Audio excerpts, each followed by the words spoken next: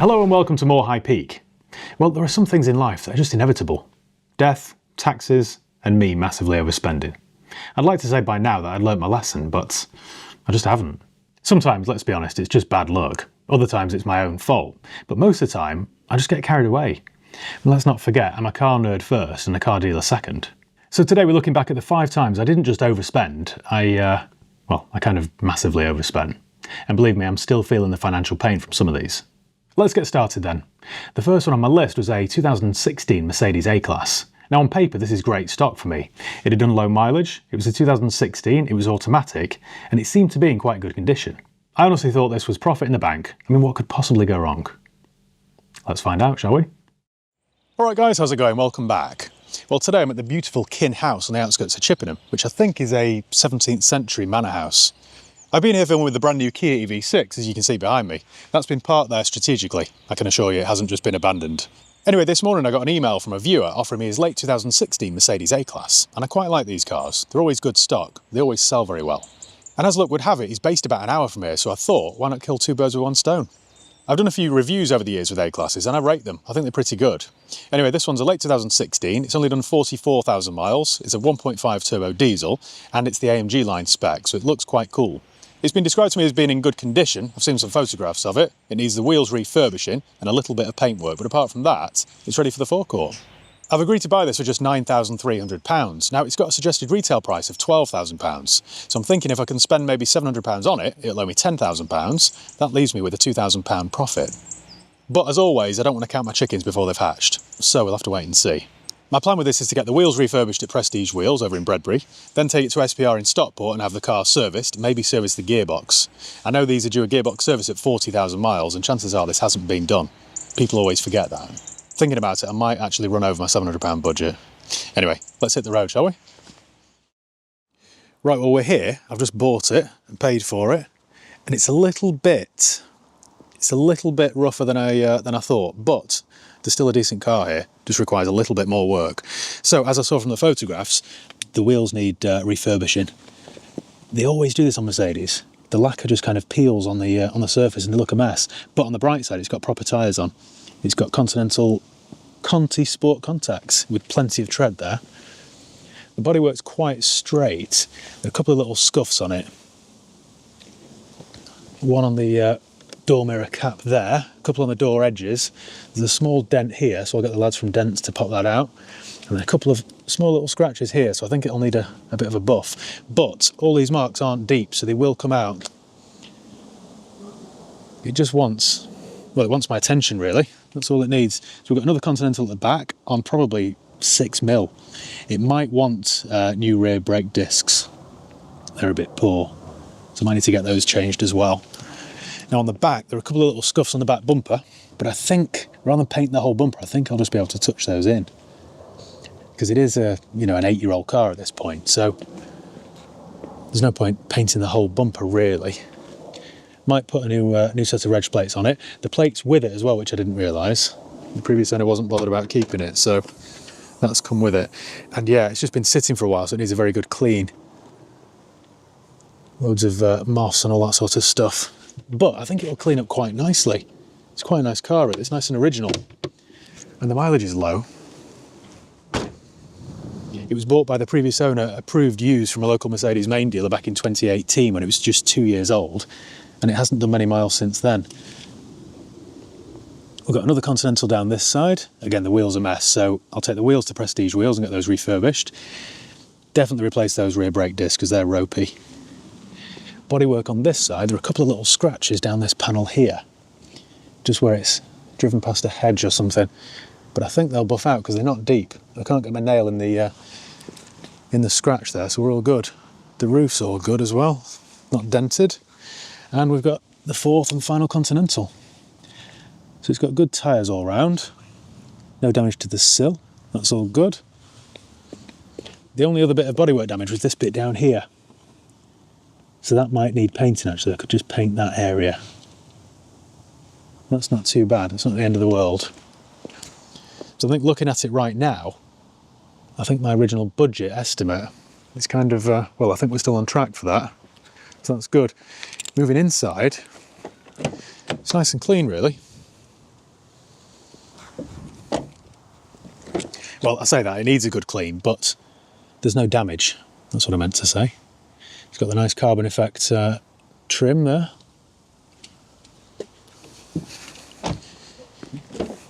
Now, when I look through the service records, it's got full service history. So the first couple were done by Mercedes-Benz, then all the servicing work after that's been done by a Mercedes specialist. So it's pretty good. And yeah, it's only done 44,772 miles. I noticed when I was looking through the service records as well, it's had a gearbox service done at, I think, 42,000 miles. For our next base dash cam there. Let's fire up then, shall we? It's the 1.5 Renault turbo diesel engine, which when serviced, they're all right. I'm not a massive fan of them, to be honest, but when serviced, they're all right. You know what's funny about this engine, actually? When it's fitted to a Renault or a Nissan, they have a timing belt which needs to be replaced every 5 years. But Mercedes-Benz, I believe, use a better quality rubber on the belts, so they don't need to be replaced until they're 10 years old. And it's only 8 years old, so I don't need to do that. So we're all good. It's just a bit grubby, really, but I can sort it. My air conditioning works, so that's a good sign. We've got no heated seats though, sadly.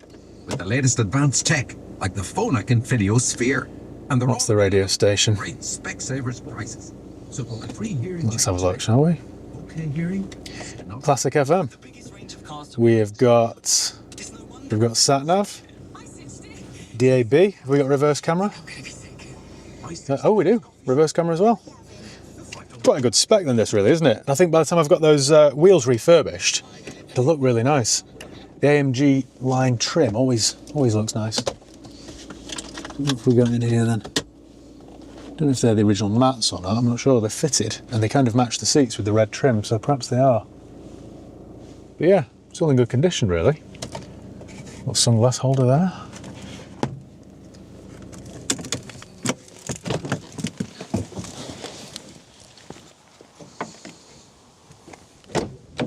Let me just see when it was last serviced. Right, so I'm just going to have to turn the camera away while I flick through this history because I don't want to reveal anyone's name or address. So yeah, it's had an automatic transmission service that was done at 39,000 miles. It had a full service as well. Oh, that was a big bill. £1,004. That was done in April 22. 1st of April, right. Its last MOT then, we've got all that. It had another full service. There's loads of receipts here, loads of receipts. This is all exactly what you want to see. It's a big bill here again for another service done by Mercedes-Benz. That was done in 2019, and that's all good. So yeah, it has been looked after very well, this. It's even gone to a Mercedes specialist for its MOT. Just shows you someone's cared about it, doesn't it? All the previous MOTs here as well. So, this is pretty good going, really. All the neighbours around here are going to think I'm very strange. There's a strange man sat in the back of the Mercedes A-Class with a camera. Anyway, right. Before I agreed to buy this car, I did a thorough vehicle history check using Car Vertical, and here's what I found. No doubt you've heard me mention Car Vertical before because I've mentioned them many times before, but you really must do this before you hand over any cash for a used car or motorbike. It just tells you a whole lot more about the car. It tells you whether it's been stolen, written off, had a mileage drawback, or has outstanding finance on it. And it's really easy to use as well. All you need to do is go to carvertical.com, type in the reg or the VIN. In this case, it is Whiskey 700 Sierra Mike Whiskey, and then check vehicle. What this does then is it just checks database in 35 different countries. So it gives you a whole load of data.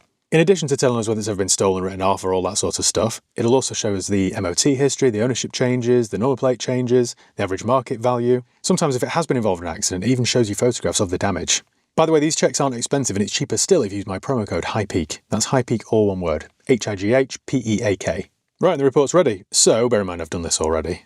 I'm just showing you guys. So it's never had a mileage rollback. There's no outstanding finance. There's no recorded accident damage. It's a 2016 A-Class diesel. It's never been stolen, so that's good. At its last MOT, it had done 43,000 miles, 728. And as we can see here on this graph, it's only done about 1,500 miles a year. It's done nothing, really. When the previous owner bought the car back in 2018, that's when it had done most of its miles, when it was 2 years old. So it had done 10 or 11,000 miles a year, and then all of a sudden, just a couple of thousand miles a year. It's an A-Class diesel from 2016, 1.5 diesel automatic, right-hand drive. We've also got the spec there as well. Let's go down to its timeline then. So ownership changed in 2018, October of. Then it had its license plate change. So the previous owner put a private plate on it. That was done in November 2018. Then it was inspected, lots of advisory items here. But I think that's just because it's been done at a Mercedes specialist, so they've been a bit more thorough. Right, at its last test then in March this year, rear edge plate deteriorated but not likely to be misread. Front brake disc corroded on inner faces and rear brake disc heavily corroded on inner faces. So it might need a set of brake discs and pads. So that's that all checked out. Like I say, don't forget that promo code HIGHPEAK for 20% off. Let me get out to the back of this then before the neighbours call the police. I think then what I'm going to do, I'm going to drive this back up north and then take it straight to, where should we go first? I think take it straight to my mechanics, get them to replace the brakes, just do a general sort of health check really. And I might book it in with SPR for a service, so they can update the service files, because these have a digital service record. So had the previous owner lost the service record in the, in the back, we'd have it online. I think I'll do that. Once those jobs are done, then I'll run it to Prestige and get the wheels sorted. And yeah, send it for a good valet. Oh, and the dents and the buff. There is quite a bit to do then, isn't there really? This is kind of the trouble. You buy something even as mint as this, and then you end up with quite a long to-do list. But anyway, that's my job, I'm not complaining. I shall see you then in a few days' time. Cheers, guys. And we're back in my cheap Mercedes A-Class, which is now sold for, well, profit, I think. I say think because on the passenger seat there is a stack of receipts. I've massively overspent on this car. I might have got it a bit wrong. That's what always worries me about this job, to be honest. I can buy a car for a fair price, sell it for a good price, but then before I know it, I've spent all the profit. When we last spoke, when you last saw this car, I was down on the south coast. Anyway, I drove this all the way back up to the northwest. It took me about 4 hours, and it was fine. Completely faultless, actually. As is always the case with these Mercedes A-Class diesels, they're a little bit coarse and lumpy when they're cold, but then as soon as they get warm, they iron straight out. And the longer I spent with this car, the better it got. It's quite a nice thing, actually. The next morning, I ran it down to my mechanics for a check over. I also asked them to replace the brakes because the brake discs were a little bit ropey. So they replaced the brake discs, pads, and what else? I didn't ask them to do a service though, because this car had full Mercedes and Mercedes specialist history. I wanted to continue with that, so I thought I'd let SPR do the servicing. So my local mechanic just did front brake discs and pads, rear brake discs and pads, and wear wire, and a clean MOT. So they did that. That was quite a big bill actually. Then from there, I took it to SPR, who are a Mercedes specialist over in Stockport. They did a service on it for me and a check over, and that was all fine. Then from Stockport, I ran it over to Prestige Wheels in Bredbury. If you remember, the wheels they weren't in the best shape, to be honest. So I left it there and I had them done sort of, well, back to factory standard, really. So they've been diamond cut. And once again, Prestige did a really good job. They look as good as new. They really make the car, actually. I didn't want to get them powder coated just in one solid colour. I wanted them to look as it left the factory. And I think they do. They look really good. Again, that was another few £100 down the drain. And then from there, oh, it needed a bit of paint work. I have overspent on this car, you know. As I tot it up in my head, it's quite a large amount. So I took this down to Jimmy the magician, and he's painted, there was a scratch on this door, or it might have been the near side door. There was a scratch on the near side door that he's painted, and that of course had to be blown into the other door.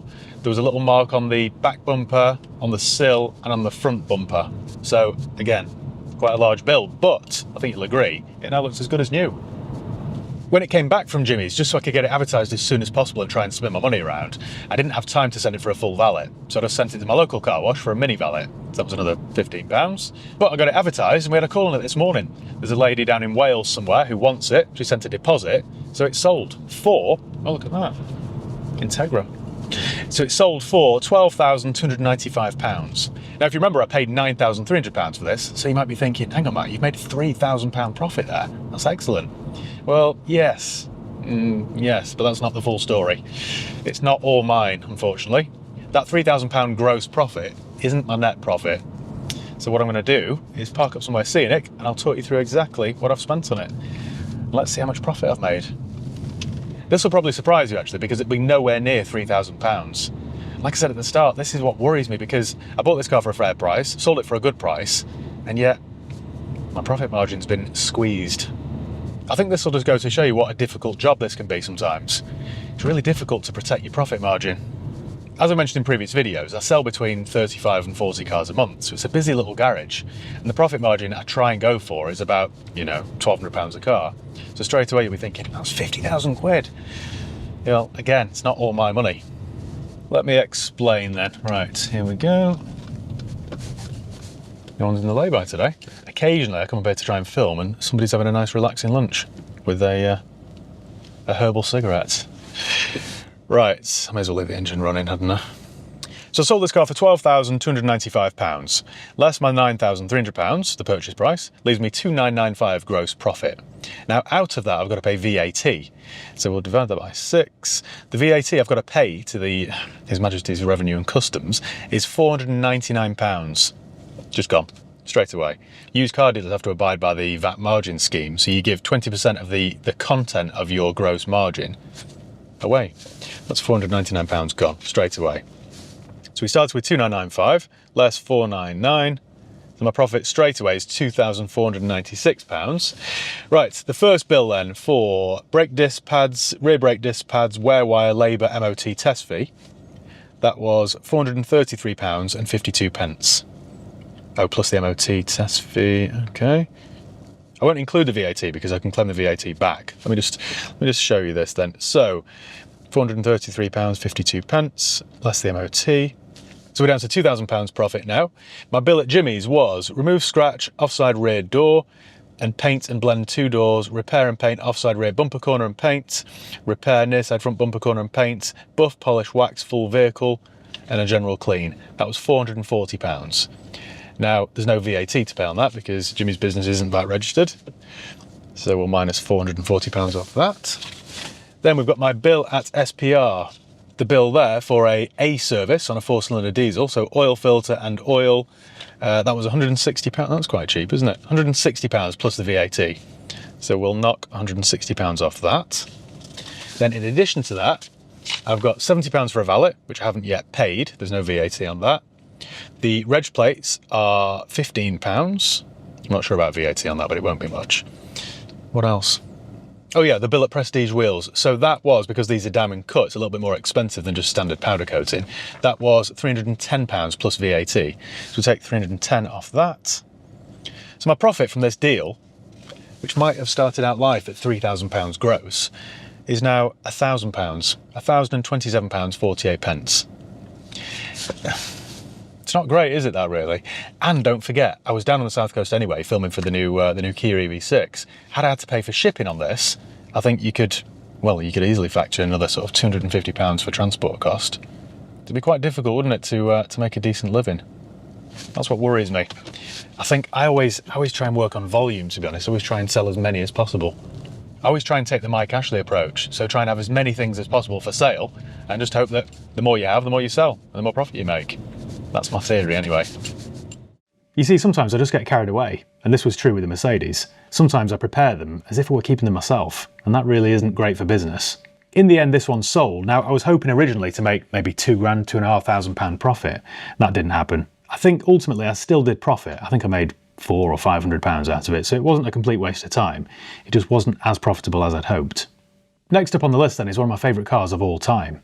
I bought a 2006 Range Rover Vogue 4.4 litre V8 in my dream colour and dream spec. I've owned dozens of these over the years, but this is the exact model that I wanted. This one had the later Jaguar 4.4 litre V8, and it was my favourite colour, which is Givany green. It had done around 77,000 miles, and I bought it off the nephew of the original owner. Now, she just bought something smaller, I believe, but she'd had it many years. She'd clipped various gate posts and things like that, so the bodywork wasn't the best. But yeah, after about a year or so of hard work, it was all ready. All right guys, how's it going? Welcome back. Well, standing right next to me is my latest project car. It's this 2006 Range Rover Vogue, finished in Givany green with a matching green leather interior. I love it. It's so classy. So today, I thought I'd show you around it. Let's get cracking then. Get those heated seats on.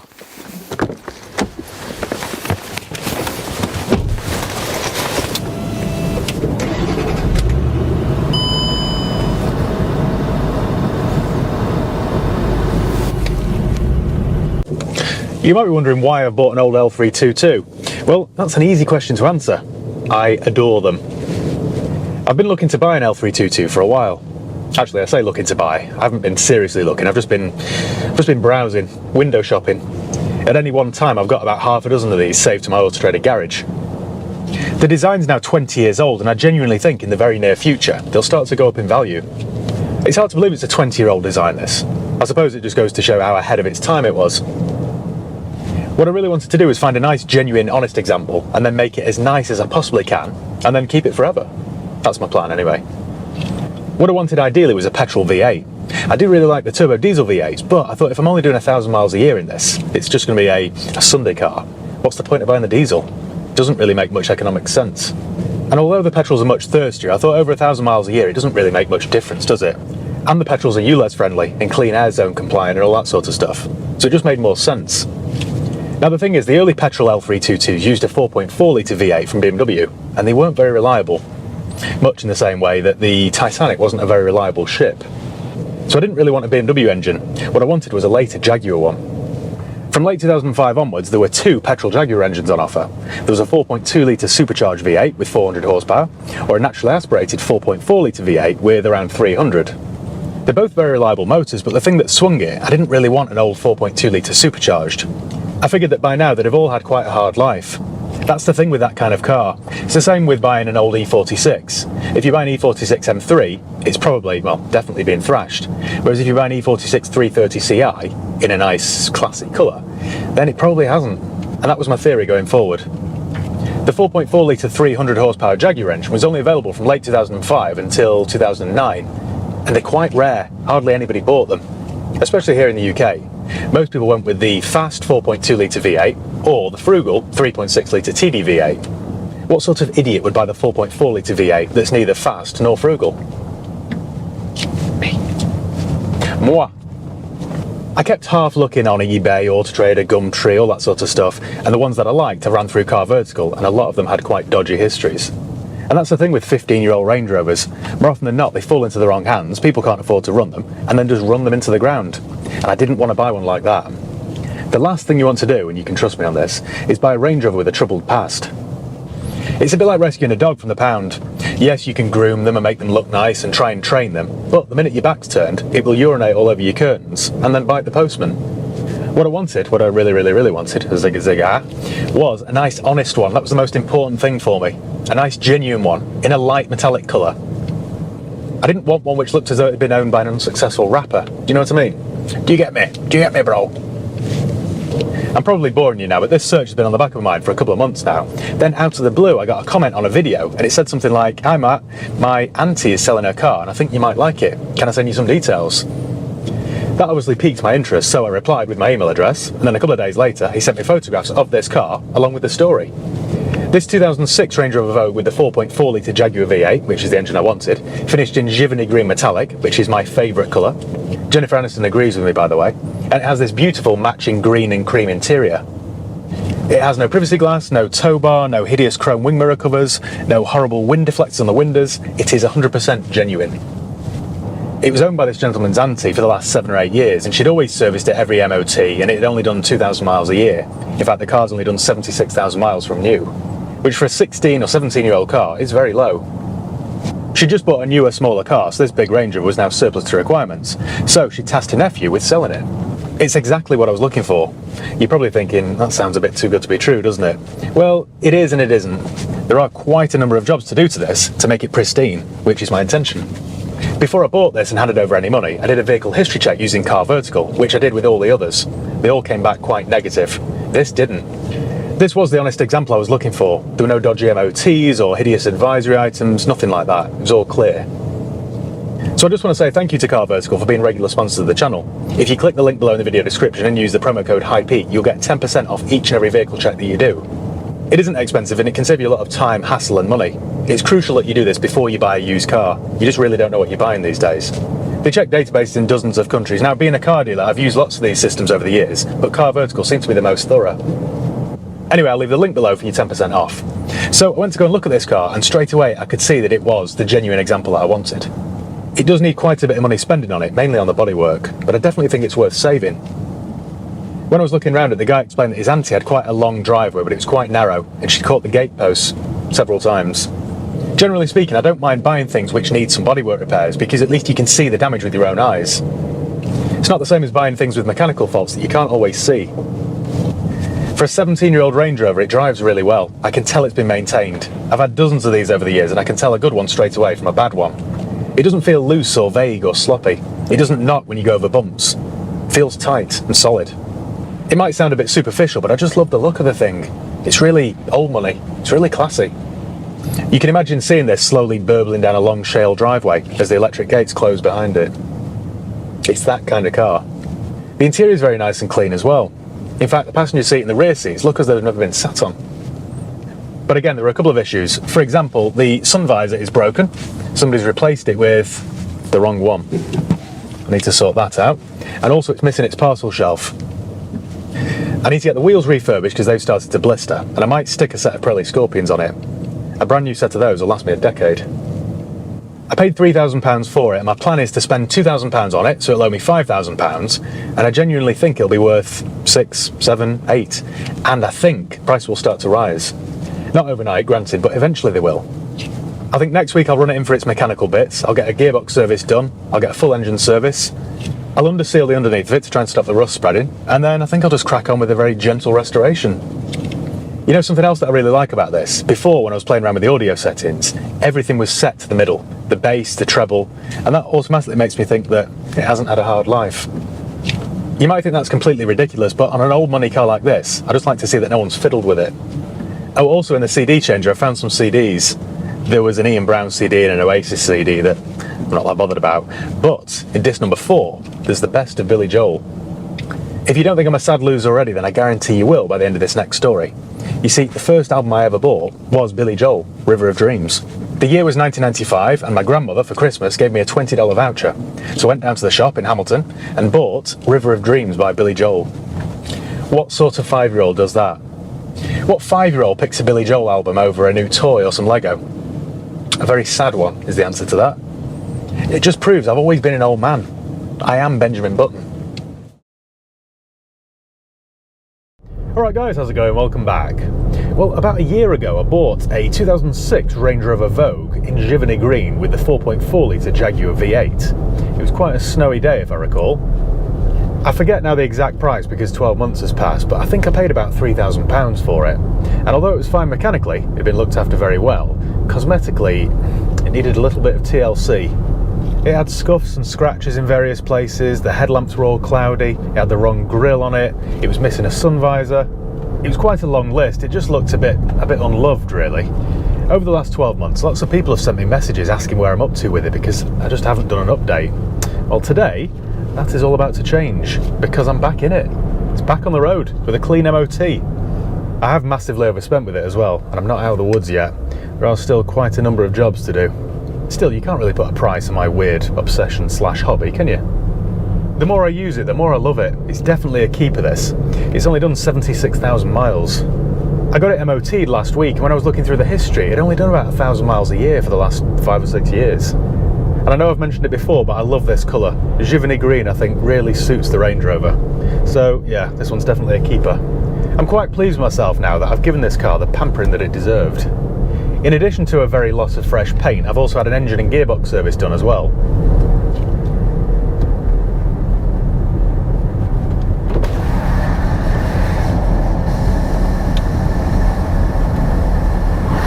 What's that weird noise? I think I spoke too soon, guys, with this one. It's making a bit of a weird noise. Sounds like I've got something caught under the car. All this money I've given you, this is how you treat me. Anyway, where were we? Oh yeah, that's where we were. So, in addition to all the fresh paint, I also had an engine and gearbox service done. That doesn't sound good at all, does it? I think I've picked something up here.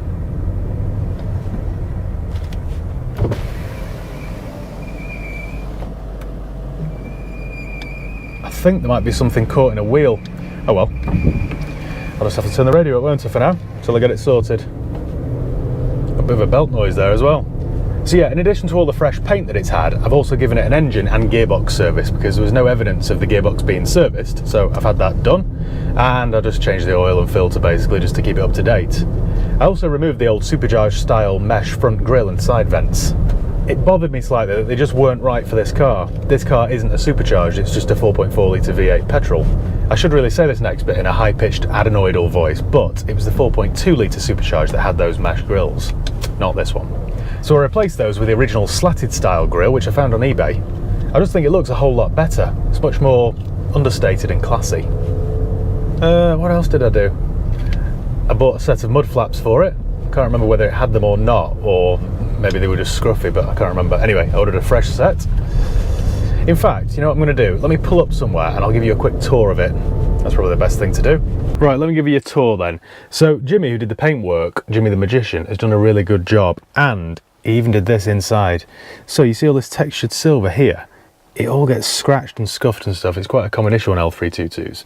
So he took all the trim off and then repainted it. It looks really good. So in terms of things that I still need to do, I need to sort the steering wheel out. See how worn it is around the outer edge? I think I need to sort of clean it off and then re-stain it, re-dye it. I think that would work. Or alternatively, I keep looking on eBay for replacement steering wheels, but they're all in similar condition. So unless I can find new old stock, which I don't think I will, I need to just smarten this up a little bit. My reverse camera still doesn't work, so let me just fire her up. When I put it in reverse, the screen's just black, it's just dead. So I have actually ordered a brand new camera from Land Rover, but it's on back order, and it was about £500. So again, I think I need to go to eBay really.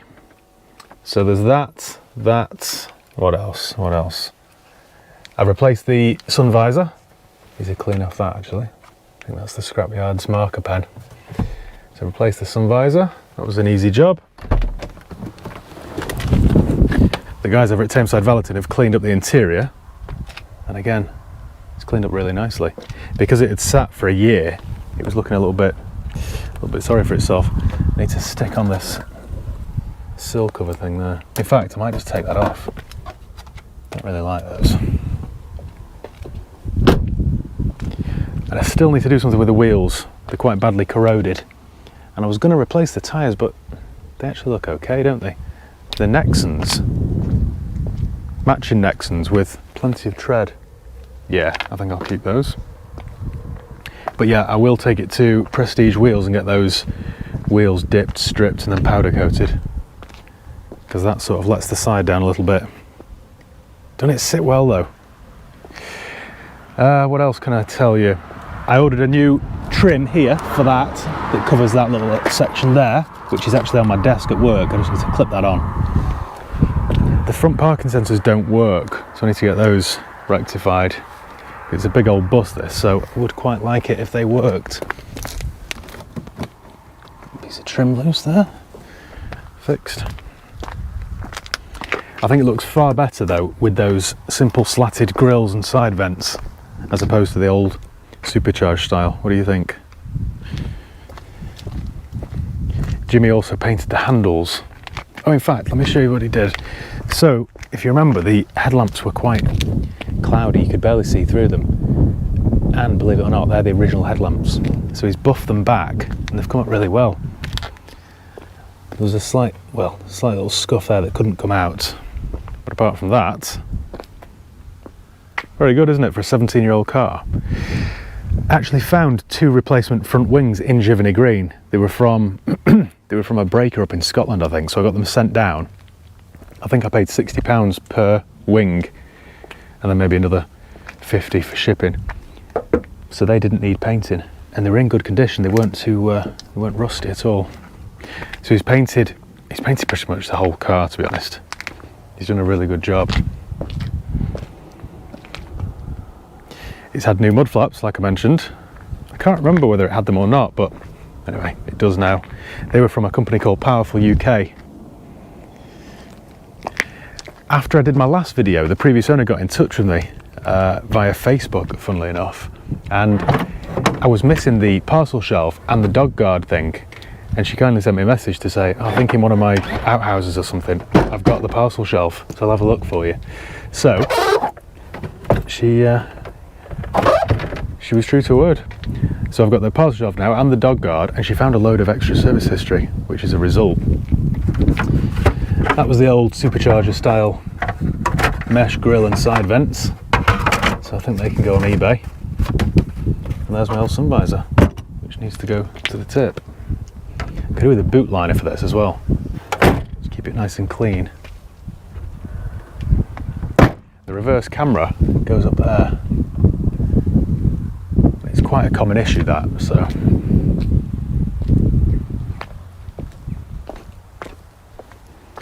If you remember, my arches were quite rusty as well. And Jimmy's sorted that out. There's no way of fixing it really without sort of cutting it all out, but at least it's a bit smarter looking. Just have to keep my eye on that, I guess. It's also painted the handles, which are now nice and fresh. So I think that's about it, guys. I just thought I'd keep you up to date with what's going on with it, but I'm very nearly there with it. So what I think I might do is just use it and see what faults develop, and just, I could almost create a bit of a snagging list with it and then just go through the faults as and when I discover them. So there are already probably half a dozen things for me to sort out, and then it is done. So yeah, that's about it. It's a cool car though, isn't it? Can't believe I get so excited over a 17-year-old car. It's just a really nice, honest old thing. And it drives really well, particularly well. It's solid over the bumps, it doesn't knock or rattle. It's very tight, so I can tell it's had money spent on it in the right areas. And I was quite amazed by this, but my air conditioning even works. And on my black 2002 Range Rover, it doesn't. Shame I didn't have this in the summer, wasn't it, really? After many happy miles, I eventually sold that car, and I kind of regret it. I just wasn't really using it, so I thought, well, I may as well move it on. The highlight of the ownership period for me was a road trip up to Scotland. Not last Christmas, the Christmas before, we drove up to the Highlands for a Christmas special, and it just suited the background really well. In the end, I sold it for I think £8,000, which might seem like a good profit, but I'd spent fortunes on that car. I think there might have been a small profit at £8,000, maybe £1,000 maybe. So yeah, it wasn't the end of the world, but yeah, what started out as a very cheap Range Rover quickly, well, wasn't. Right, number 3 then, the Mercedes SL. Now I bought a 1994 Mercedes SL 320 from a YouTube viewer down south. Now I've always loved the R129 SL. So the R129 came out in late 1989, early 1990 and ran all the way until 2002, and it's one of my favourites. I think it's a really pretty car. It's a Bruno Sacco designed car, and I just think, well, growing up in the 90s, you used to see these cars in music videos, films, all that sort of stuff. So I've just grown up wanting one. I'd convinced myself that I was buying a piece of automotive history, but what I was actually buying was a black hole for all my money to disappear into. Alright guys, how's it going? Welcome back. Well, today I'm down in Cambridgeshire and I'm on my way to go and pick up a 1995 Mercedes-Benz SL 320. I've always fancied one of these SLs, and I got an email from a viewer last week offering me his. It's a black with a beige interior and it's done about 110,000 miles. So I thought I'd jump in the car with my brother and head down to Cambridgeshire. Just in case you're wondering what car I'm in a brand new Nissan Juke, which was loaned to me by the Nissan press office to see what I think. So there's a video coming very soon. It's not exactly the best day to go and look at an SL. It's just been raining non-stop. But I'm hoping it'll dry off so I can try the roof and all that sort of stuff. So I shall see you when we get there, and I'll give you a tour of the car. Right, well I've bought the SL 320, so here it is. I thought I'd give you a quick tour. So it's a 1995 320. Now this is the straight 6, not the V6. I thought it was the old, or the newer V6 engine, but it's the older straight 6, which I don't think I've got any experience with, but I'm quite impressed so far. I'm back up north, by the way, back in Derbyshire, and the weather's lovely now. There are a few little things I need to do to it. I don't like the grille. Someone's put this facelift grille on it, which just looks wrong, so I'll get a age-appropriate grille. And I also think it should have amber indicators, on the front corners. I think it should have those because it's got these amber indicators on the side and it just doesn't look right. So I think I'll replace those, replace the grille. It's got 4 matching Pirelli tyres.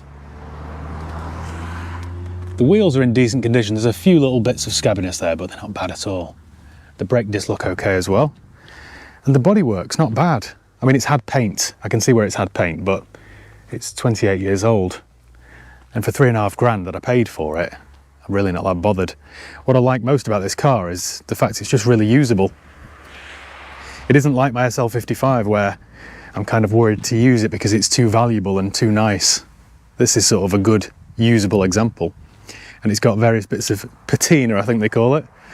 Now, here, I guess where the hardtop, I've just dropped the hardtop off at work, where the hardtop sort of chafed on that over the years, it's kind of damaged the lacquer there. I'm guessing that's what's caused it. I don't know what else could have caused it. So I could get that painted, but you know, what's the point? And I've just driven it 4 hours and eventually the weather got better, but it didn't miss a beat. I guess it's a testament really to Mercedes build quality of this era.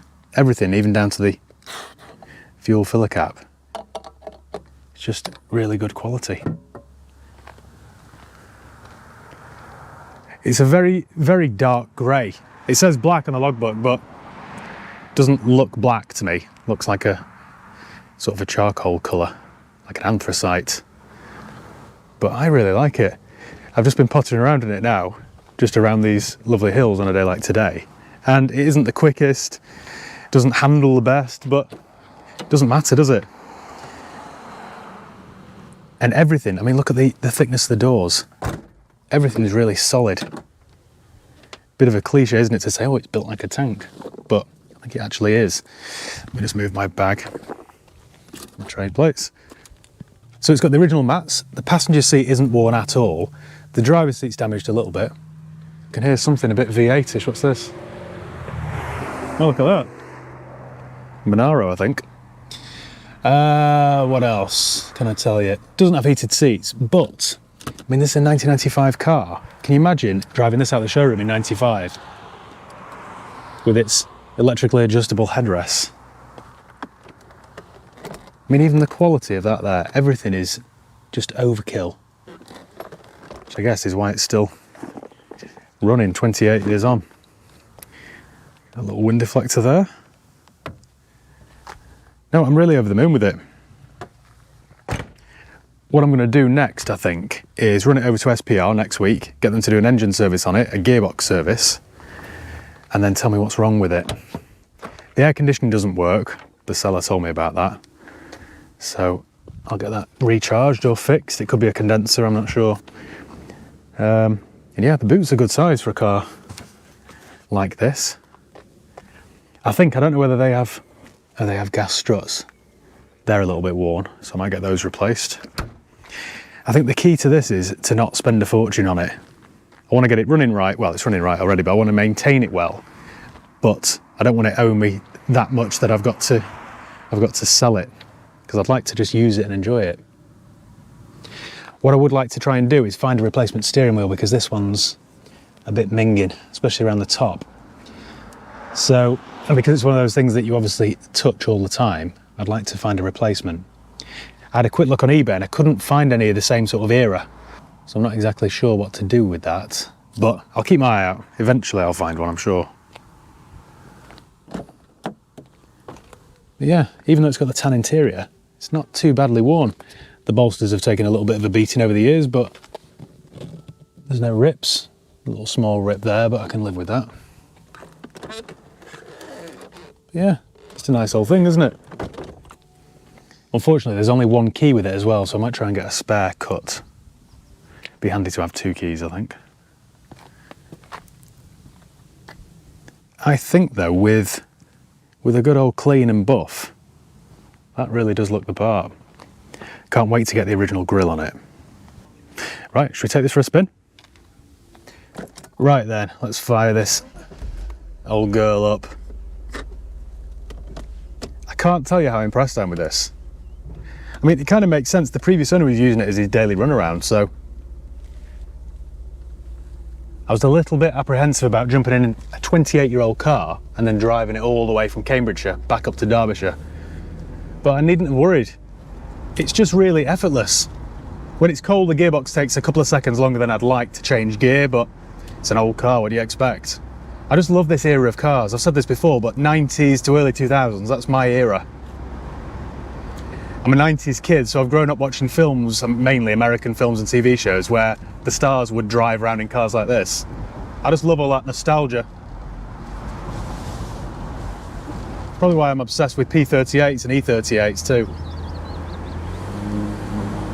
Yeah, she sounds pretty good. The brakes are good. I mean, you can't really hustle this around. But on a day like today, you just can't beat it. I'm just pootling around at 28 miles an hour, enjoying myself. So next week I'll get the engine and gearbox serviced. I'll try and find a grille and a steering wheel and a few other bits and pieces. And oh, I need to sort the air conditioning out. That doesn't work, so I'm thinking I might take this down to Spain for the summer. I'm not sure yet. I'll see what they find on its inspection. If I get the air conditioning sorted, then why not? Have a nice leisurely stroll down to the Costa del Sol. What do you think of then, guys? Let me know in the comments below. Have I made a mistake buying an old 129, or am I onto something? I genuinely think it's classy. I think I've bought a piece of history. And at $3.5 grand, I can't go wrong. I've been looking at these on Auto Trader and eBay for ages, and then I've been looking at them and looking at them. The ones I've been looking at have been 10 grand, 12 grand, 15 grand for a nice one. I've been thinking I can't really justify having 15 grand in something that I might rarely use. But at 3.5, couldn't say no. Well, today I'm back in my 1994 Mercedes SL. If you remember, I bought this car a few months ago for just £3,500, which I thought sounded quite cheap. It wasn't the nicest or the best example. In fact, it needed quite a bit of TLC, but I remember at the time saying, you know what, that's what I like most about it. I like the fact that I can use it, put some miles on it, and not be too precious about it. It isn't some pristine museum piece, some garage queen like my SL55. I remember saying it was a truly usable modern classic. I remember saying I won't spend silly amounts of money on it, I'll just use it and not care too much about it. Well, I can't really do that, I'm afraid. Just isn't my style. It's not in my DNA. This probably won't come as a huge surprise to you, but what I did instead was proceed to spend thousands of pounds on it to make it look and go as good as physically possible. I can't really explain why, but I really love this whole thing. It's just a bit of class. What I like about it is that it's old enough to feel as though you're driving a genuine classic, and yet modern enough to never be a pain to use on a daily basis. In fact, I've been using this as my daily car. Every single morning I walk past my AMG GT on my driveway and get in this 12-owner Mercedes SL that's had a load of paint. Doesn't make any sense, does it? I just seem to have a connection with it straight away. It's weird, isn't it? I mean, it isn't particularly quick, it doesn't handle particularly well, it doesn't ride particularly well, and yet it's still my go-to car. I suppose that when you're looking for a car for yourself, as long as you like it, that's all that really matters. You don't need to explain your choice to anybody. You don't need to have a car that will beat anything hands down at top trumps. As long as you like it, that's all that really matters. This next statement's a bit of a cliche when talking about cars, and I hate to use it, but it's really characterful. It clunks and rattles when it's cold, the gearbox doesn't know what day it is, you've got to have the patience of a Buddhist monk when operating the remote central lock-in, but I love it. I suppose by now you're probably wondering what I've spent and what I've had done. Well, it's probably best if I park up somewhere and give you a guided tour. Get your calculators at the ready, boys and girls, because this is a big one.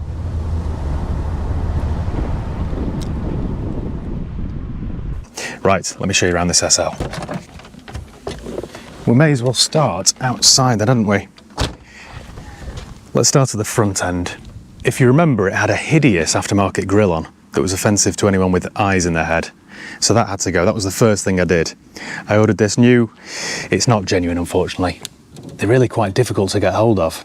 I'm told from R129 SL, let's call them nerds, that this should have 7 slats. My era of SL from 94 should have 7 slats. Mine doesn't, unfortunately. It's only got 6. But I think, I mean, as I said previously, it's a 12-owner car that's had a load of paint, so I'm never going to enter it into some sort of concourse event anyway, because it would never win. But I think that is a really easy transformation. In addition to that, it had clear indicator lenses here, which didn't look right. Because we've got amber lights here and amber lights at the back, they should have kind of all matched, and they didn't. So I found these. They almost look like US style, but I think they're not. I think they're, again, they're not period correct. I think they were off a 95 SL, not a 94, but like I say, I'm really splitting hairs. I think that has transformed it. They cost me, I think, £66 for the pair. So that's that, the grille. The reg, by the way, I didn't like the old M reg that was on it. It was too messy. And as I've probably mentioned in previous videos, I do like private plates. So I went onto Reg Transfers and found that High Peak Autos plate for, I think it was 180 quid plus fees. So I think out the door it cost me about 280. Then I found a company, well, I didn't find a company, I've used them plenty of times before, called Retro Plates. And they specialise in making these period correct plates. Now, I'm going to sound like such a nerd here. From 2001 onwards, I think it was, they changed the font on UK reg plates. So this is the pre-2001 font. So again, it's kind of period correct. And it just looks really clean now. What else have we done to the exterior? Oh, the wheels. As always, I went to Prestige Wheels over in Bradbury, where they dipped the old ones and then powder coated them. And they look really bright. They weren't too bad, but there was a little bit of scabbiness around here. So now they look as good as new. Just had that done a few days ago, actually. I still need to sort the bodywork out here. I think someone's painted it with the heart up in position, because you can see there's just a load of overspray everywhere. What I need to do is get some thinners on this and see if I can take it off. Then I need to get the car detailed, really. Get it all buffed and polished and try and make it look a little bit better. But the more I look at it, the more I can see that it's had, every panel's been painted. You can see a little bit of orange peel there. The boot lid here, for example, sits a little bit proud. There are little fish eyes here. It's not a great job, really. Still, like I say, I like it. So I think exterior-wise, that's all I've had done. Still, that did cost me quite a bit. I think the wheels were 250, the grille was 220, lights were 66, plate. I don't want to think about these costs. Right, moving inside, if you remember, the driver's seat was quite badly worn. On the bolsters here was quite badly worn, and down here there was a rip on that bolster. So I got my upholstery guy to come out. He took the seat away and then replaced all 4 bolsters. So he's got a colour match which is nearly perfect, really. Obviously this is the original sort of perforated bit in the middle, which wasn't in bad condition, so I've kept that. But again, now it's just a much nicer car to open the door of, really. So I had him do that, and he's also retrimmed this because that was broken. He told me that I needed a new piece here. So this isn't a reflection of his workmanship at all, but I just asked him to patch it up as best he could. But I need a new panel here, really, and I don't know where to get one from. But he's done a really good job with the seat. The next thing I did, you'll think I'm odd for doing this, but I paid £495 for that steering wheel, which does mark me as a bit of a madman, doesn't it? 495 quid, but it was from a company that I found on eBay, and they're based in Turkey, and I really wanted a wooden steering wheel. I just think they're a bit of class. They're just really nice to use. And the old steering wheel was all worn, so I asked my mechanic to take off the old one and fit the new one. This little piece of trim here, this little button, that was broken. So every time you pulled it, because you pull it like that to adjust this little armrest, it would just come off in your hand. In fact, I think somewhere I've got the old clip. Where is it? Keys there for a Fox. My old L32. There we go. Right. That should have a little sort of clasp on it there, and it snapped off. So I found a new one on the internet, on eBay, I think it was, for £40, and then took this apart and fitted the new switch. Made that sound like I did it there, didn't I? My dad did it for me, actually. Speaking of my dad, he repaired the speakers as well, because I was only getting sound from this driver's side.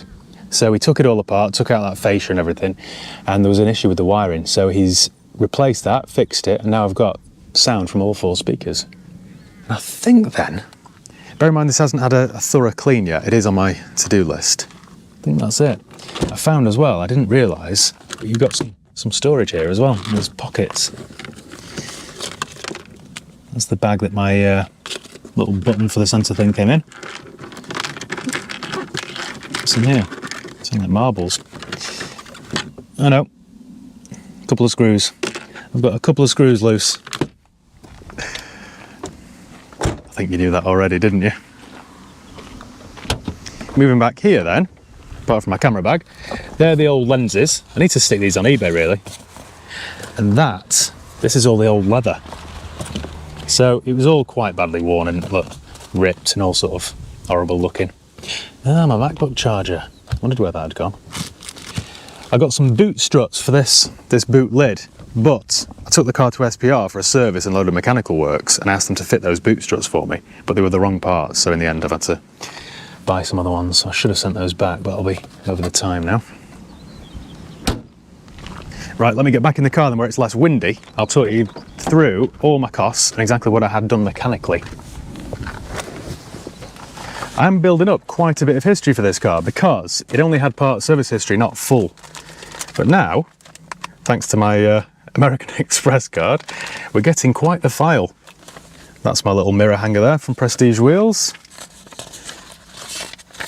So the wheels cost me £240. They're only small wheels, so they weren't too expensive.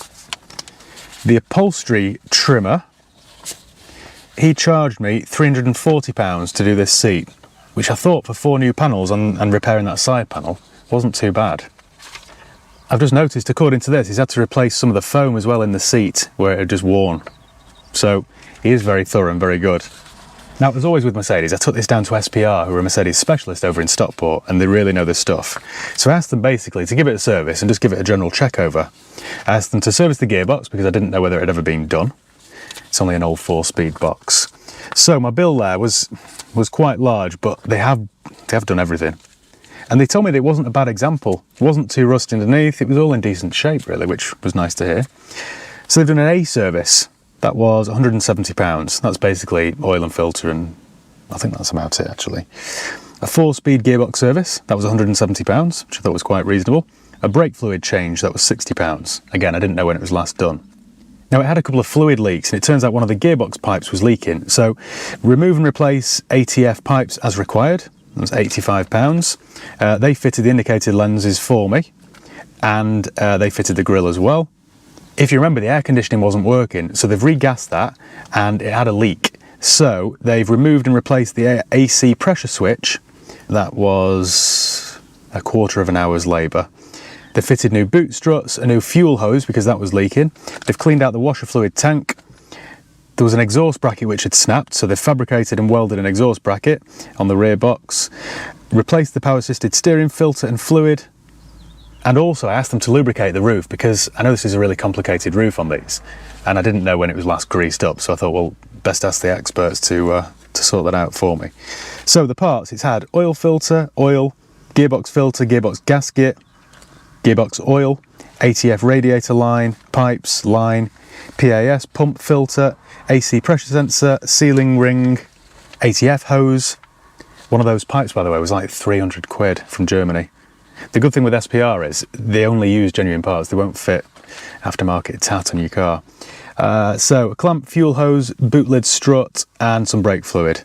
My total bill there, which this might sound horrendous to you, but I was really quite pleased with it because they've gone over the car thoroughly, and I know now that I can drive it with confidence.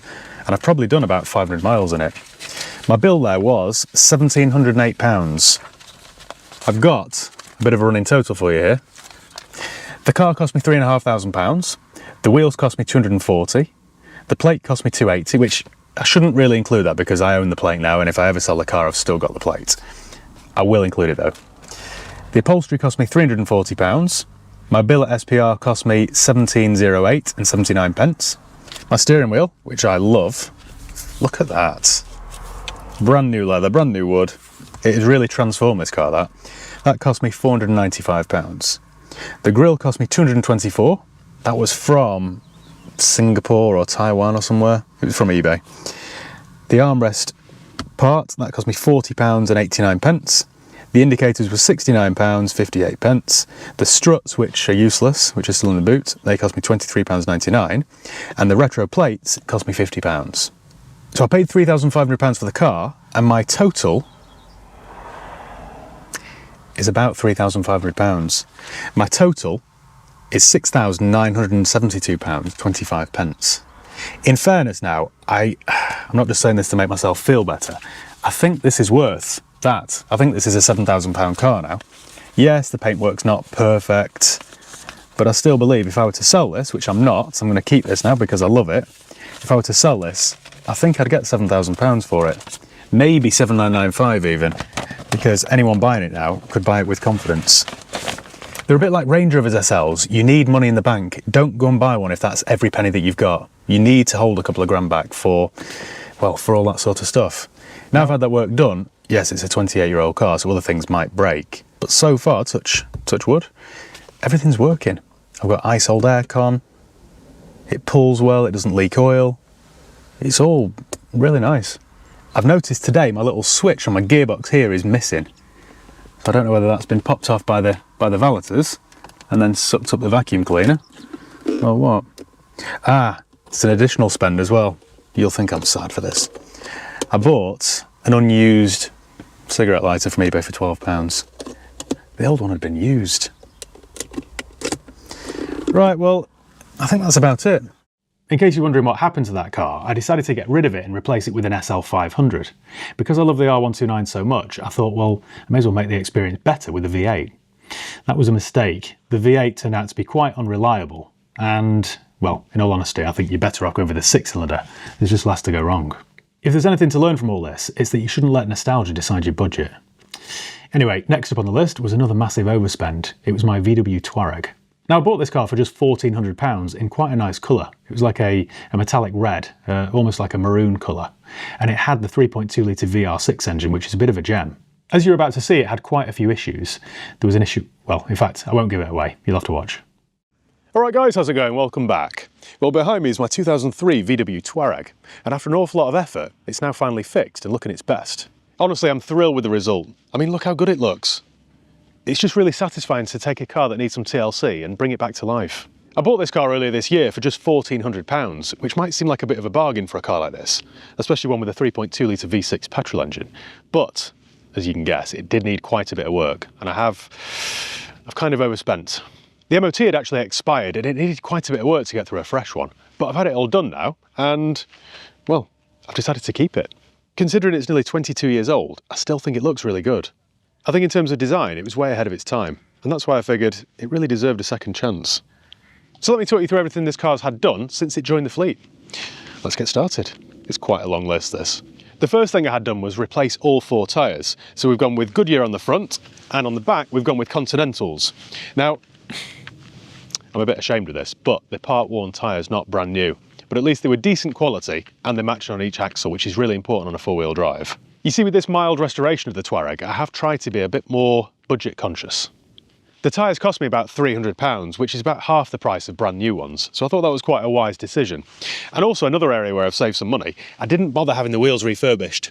I was considering taking this to Prestige wheels and having them powder coated, but they're not too bad, so I thought I'd just try and get away with it. I might get them done eventually. But I did spend £15 on some brand new VW wheel sensors. The old ones had faded, so now I think it looks much better. Mechanically, I've had quite a bit of work done under here as well. So it's had a full engine service, including spark plugs, filters, fluids, everything's been replaced. And it now runs like a, well, like a Swiss timepiece. The engine's actually a beaut. Do you want to hear it?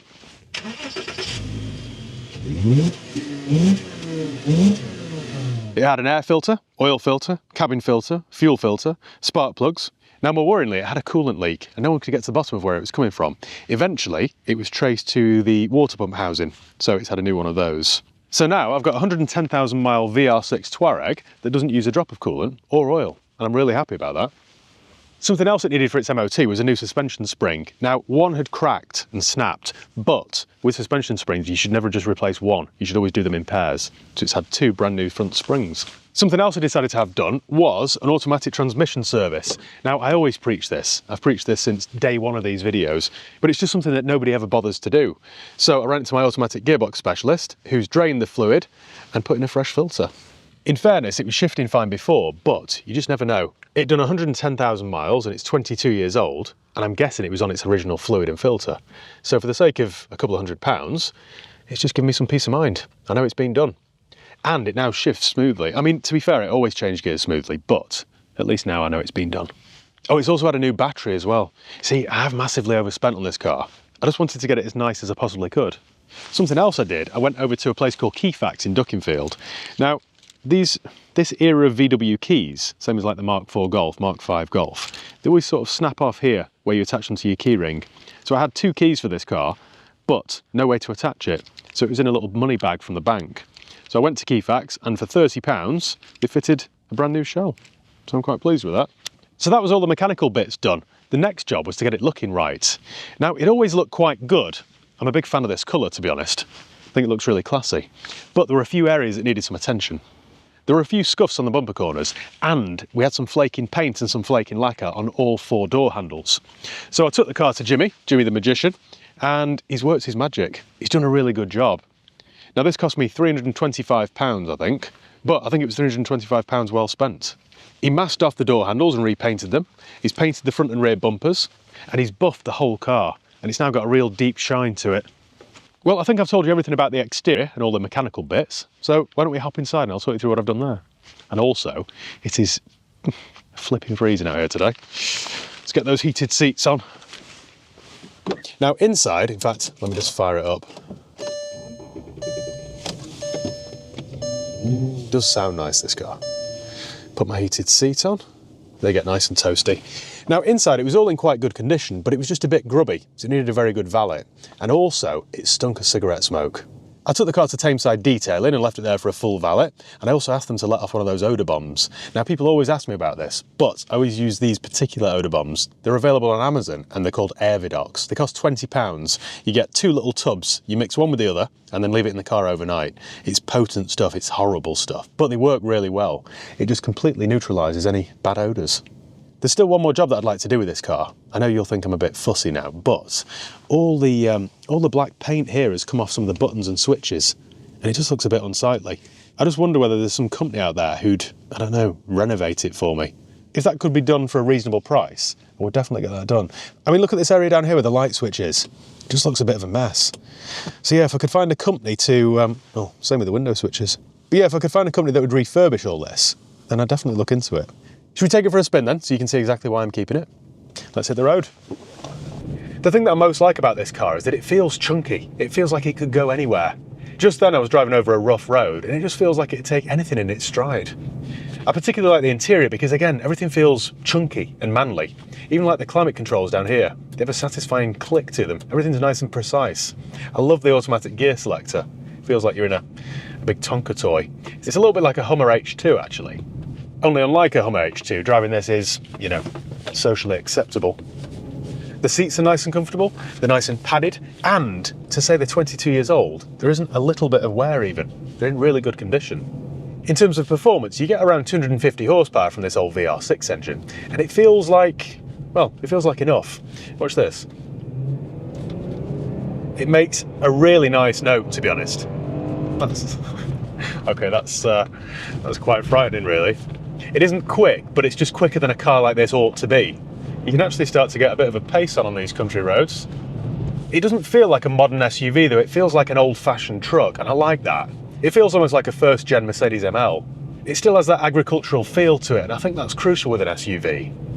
I think it's fair to say I was never a huge fan of these when they came out, but all these years later, I've learned to appreciate them a lot more. I think they were really advanced for the time. In terms of fuel efficiency, it's probably best we don't talk about that. I've been doing about 16 miles per gallon, which isn't great, is it? Not great at all. It wasn't great back in 2003, to be honest, but in 2024, it's, well, borderline embarrassing. Still, good news about the heated seats, which are nice and toasty. I mean, to be fair, I could probably get more miles per gallon for it if I didn't drive like this. But then where's the fun in that? Oh yeah. This thing flies, actually. All these months I've just been driving this really delicately. I don't really know why. When you start to poke it, it bites back. It's a cracking engine, this old 3.2 V6. Something else to note is the brakes. The brakes are really good. Although, speaking of brakes, I don't like the handbrake. So for the handbrake, you don't have a lever here, you have a foot brake. I've never really been a fan of those. So, in fact, let me demonstrate. So, to apply the handbrake, you simply take your left foot and click it all the way to the floor. That's fine. Then to release it, you've got a little lever down here to the right-hand side of the steering wheel. But it doesn't release very easily, so you've got to sort of help it up with your left foot. I don't really use it, to be honest. I just whack it in park and hope for the best. When you get to about 4,000 RPM in this, it does make a lovely noise. Wait for it. There we go, that's the noise. In terms of visibility then, as you can imagine, it is superb. You get these huge door mirrors, a nice big rear view mirror, and you sit up nice and high, so you can literally see everything around you. In addition to that, the steering's nice and light. It isn't overly assisted, so you still get a nice feel. You know, thinking about it, most modern SUVs, well, most aren't even four-wheel drive for a start. Most are just kind of soft roaders, aren't they? This isn't. I think this actually straddles the line between old-style 90s boxy four-wheel drives and new, later, more luxurious SUVs. I think this was the era when they'd got it just right. This was the sweet spot. It's both agricultural enough to fit in around here, but also luxurious enough to, you know, to want to drive it and use it on a regular basis. On a previous video that I did with this, I mentioned almost like a wheel bearing noise, like a dry bearing sort of noise coming from this transmission area here. So I got the gearbox serviced as a precaution, really, and I read some of the comments, and lots of you said that it could be the prop shaft bearing. So I had a look online and I found a repair kit for £70. I took that down to my mechanics and asked them to repair it for me. But when they got it up on the ramp, the whole prop shaft had been replaced recently. So they said it definitely isn't that because it's been replaced. You know, it can't be that. And now, well, now I drive it today, I can't really hear it. There's still something there, but it might just be because it's a 22-year-old four-wheel drive car. I'll turn my heater down so you can hear this. It's a weird one, that. Don't know. What else could it be if it's not gearbox or prop shaft? Not sure. If you've got any ideas, by the way, let me know below in the comments, but it's not keeping me awake at night. It's all right. Quite happy with it. I know I mentioned this at the start, but I do really like the colour of this as well. Most cars you see these days are just, look at this, grey, black. It's quite rare these days to find a car like this in a nice strong colour choice. So, like I said, I'm going to keep this car and, I don't know, just use it occasionally. I enjoy it, so why not? To be honest, guys, I was planning to work out my total with this car. I was going to go through all my bills and work out exactly how much to the penny this car owed me. But I started to tot it up in my head and then it was quite depressing, really, so I'm not going to do that. I'm not going to dwell. But I think, well, I paid £1,400 for it and I think I've probably spent that again. Sometimes I think you've got to look at the bigger picture, haven't you? Yes, I might have spent the purchase price again, fixing it up, but I thought it was worth it. Well, I think it's worth it. I think, to be honest, if we were to try and sell this car today, I think my money's safe. I could probably get £3 for it, maybe 3,250. It is an awful lot of car for 3,250, isn't it? Not that that's my plan, of course, I'm going to keep it. But still, it's nice to, well, I'm just trying to convince myself, really, aren't I? Trying to convince myself that my money wasn't just wasted. The other thing is, now I've had everything done to it, and I've spent lots of money on it, and it's now looking its best. I mean, it's only done 110,000 miles. I think there's another 100,000 miles in this engine, easily. And of course, that's never going to happen, is it? Because I'm never going to do 100k in it, but who knows? Well, I think that's about it then. I'm going to get this back to work and keep it out of the weather. I might try and park it in a garage somewhere. Just try and preserve it. I kept that car for about a year, but sadly I just didn't really use it. I just liked the idea of owning it. Anyway, I sold it for $2,995, which is probably a bit of a loss, and then I replaced it with an ML55 AMG. I've always loved the W163 ML, and the 55 AMG is sort of, well, the best that you could get at the time. So I replaced the Touareg with the ML, and I've since, well, massively overspent on that as well. Speaking of Mercedes, the next one on the list is a very cheap S-Class I bought. You might want to pop the kettle on for the next one because it went on for, well over a year actually, and cost quite a few £1,000s. Alright guys, how's it going? Welcome back. Well, today we're off to go and collect a very cheap Mercedes S-Class that I've bought. It's a W221 from late 2006, it's silver, it's got AMG style wheels, and it looks like it's in quite good condition. And the best bit's the price, wait for this, I've paid just £1,800 for this car. For an S-Class Mercedes, it just sounds too cheap, doesn't it? When it was offered to me yesterday, I just couldn't really say no. Perhaps I should, but I couldn't. I love a cheap barge. And the S-Class Mercedes, well, as you know on this channel, I've featured them loads of times. I love a cheap S-Class. It's been described to me as having impeccable service history, but it does have a few issues. The AMG style wheels are a bit scuffed, so they need to be refurbished. There's a little bit of rust here or there, which is standard on a Mercedes from this era. And there's an ABS and traction light on, so I'm hoping it's just a sensor. And that's all I know, to be honest. I do need to keep my sensible head on. I don't end up massively overspending on this. But I'm thinking this could be a £4,500, £5,000 car. So if I can keep my spend to around £1,000, it'll owe me 2,800. There's a fair chunk of profit here. It is risky though, I'm well aware of that risk. It's a bit like playing Russian roulette, isn't it? I'm just feeling a little bit apprehensive. I just don't want to get bitten by it. I'm aware it is risky business buying an old car like this. I mean, it's now 18 years old. This is a car that started out life at nearly £70,000. The fact that I bought it for just £1,800 means that I could be buying a complete basket case, couldn't I? We shall see. Should we go and have a look? Do you ever do something and then instantly regret it? This is how I'm feeling about my 2006 S-Class you can see behind me. Let me explain why. So here's the S-Class, and first impressions are pretty good. Excuse the wind, it's very windy up here today. I've just picked it up from the car wash. It was dropped off there for me, and it does look nice and clean.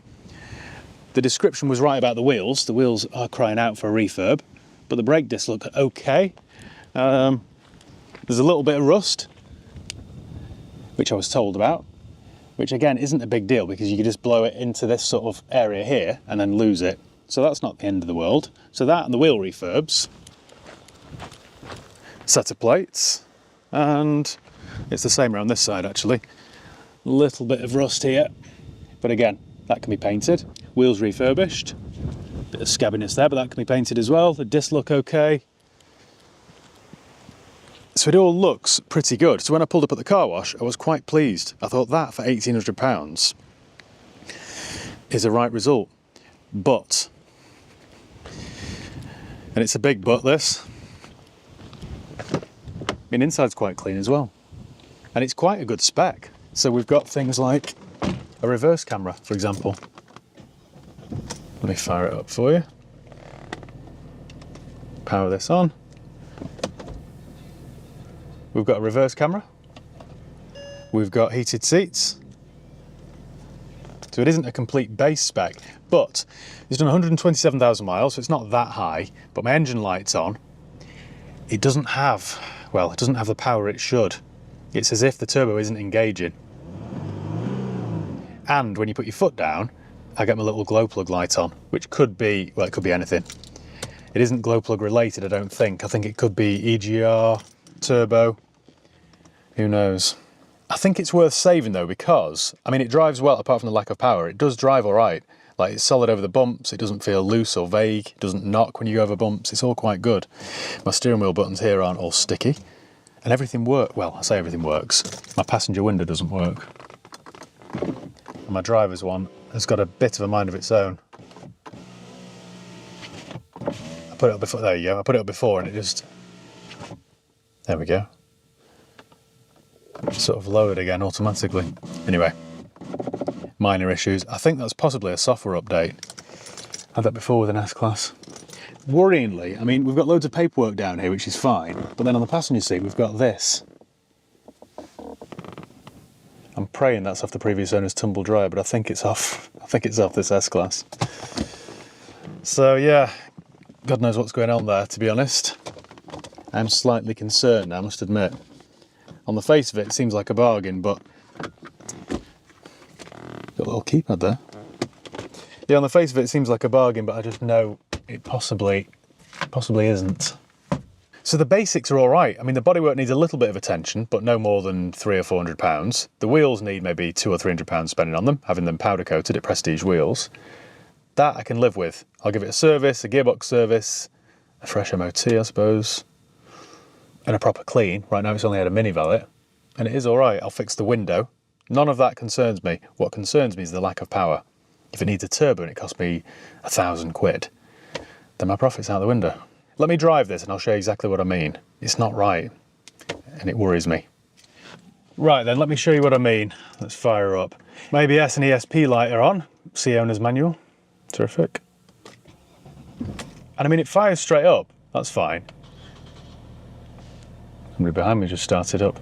But my engine light's on, which is weird. And when I rev it, it's just not quite right. We'll pop it in drive then, and we'll take it on a quick. I think we've got a sticking caliper as well. Oh, that doesn't sound good, does it?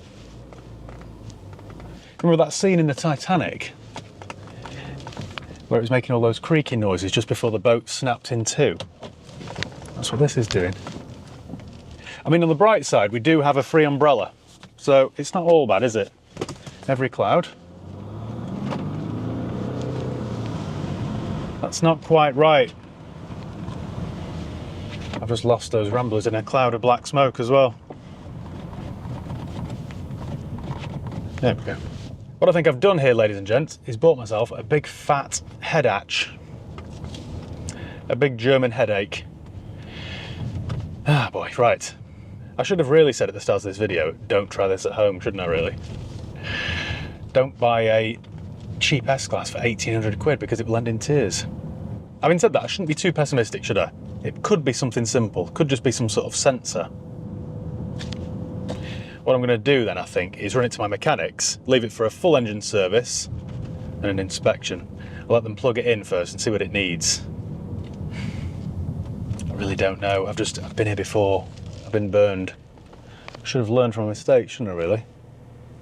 And we've got a sunroof, which is good. It's nice. Works as well. And you've got to bear in mind, I suppose, this car's 18 years old. It's entitled to have a few issues, isn't it? The only trouble is, when I come to sell this car, the person buying it won't expect it to have any issues. They'll be expecting a brand new S-Class. This is what I'm up against.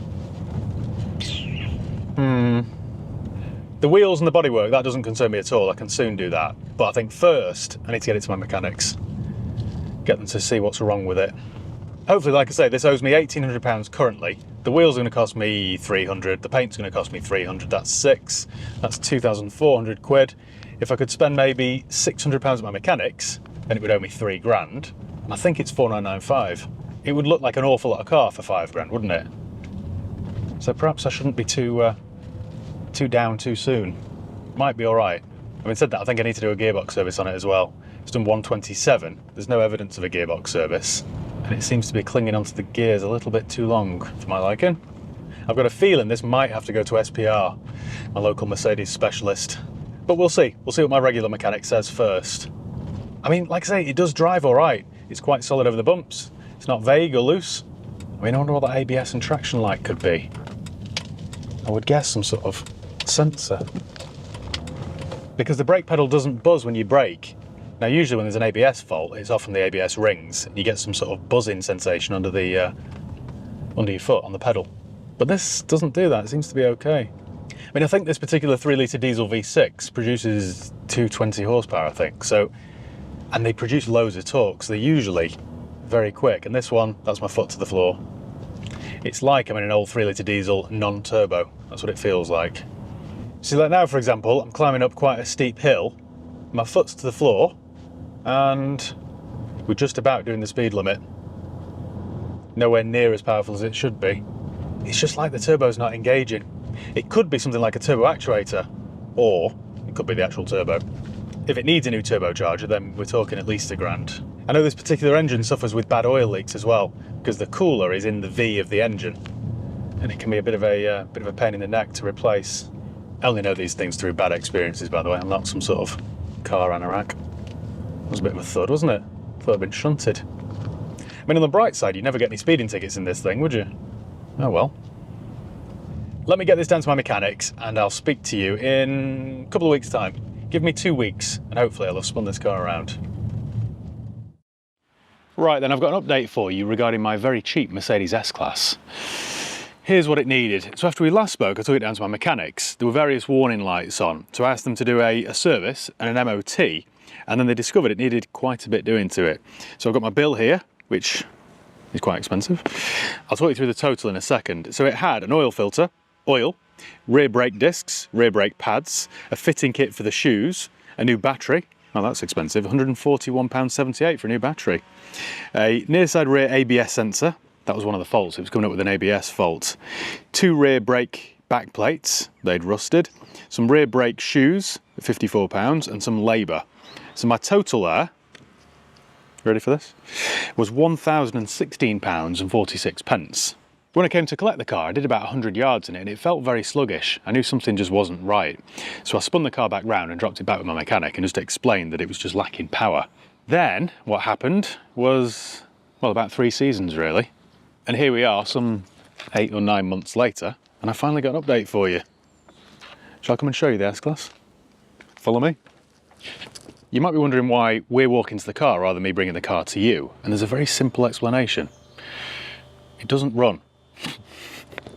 So when my mechanic checked it out, it was coming up with a steering angle sensor and another ABS fault. Every time they plugged it in and scanned it, it was coming up with different codes, which just seemed really weird.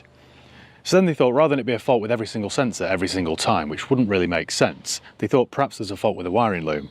So they dug the wiring loom out of around the engine bay somewhere, and it was full of oil. So the engine's leaking oil out of some sensor and forcing its way into the wiring loom, and it's just causing havoc, basically. So I haven't done anything with it.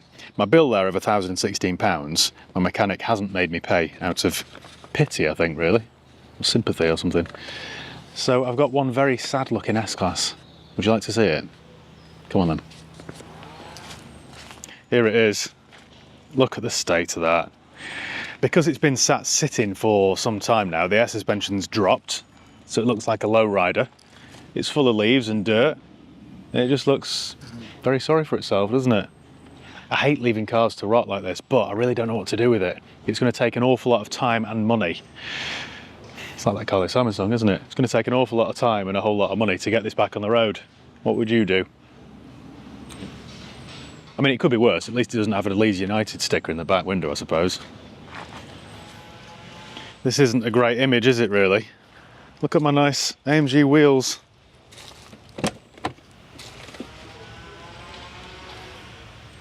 Sometimes, guys, I really don't know what day it is, do I? It's quite a sad story, this. But I suppose, hopefully it'll act as a bit of a lesson to anyone watching this. Don't buy a cheap Mercedes S-Class. Don't forget, these were cars that once cost £70,000, and the fact that you can now buy them for 1,600 quid or whatever this one cost, can't quite remember because it was a long time ago, doesn't mean you should.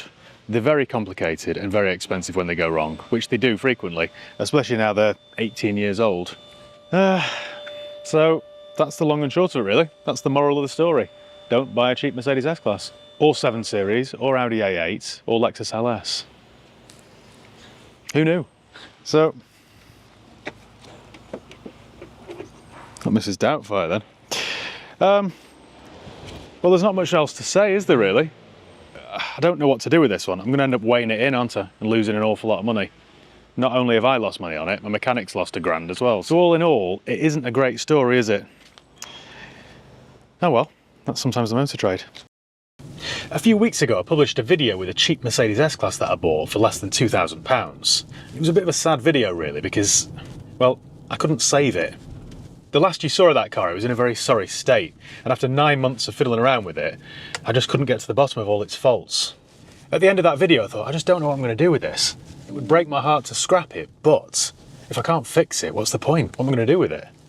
Then something funny happened. After the video went live, I got a message from Sam at SPR, the Mercedes specialist that I always use and recommend. Anyway, he sent me a WhatsApp message saying something like, "When are you dropping off this S-Class then, mate?" So I thought, right, that's all the signal that I needed. That's the green light. I'm going to drop this S-Class off with him and see if he can fix it. Everyone likes a challenge, don't they? Hang on, bear with me a second. I'm going to be quick here. There we go.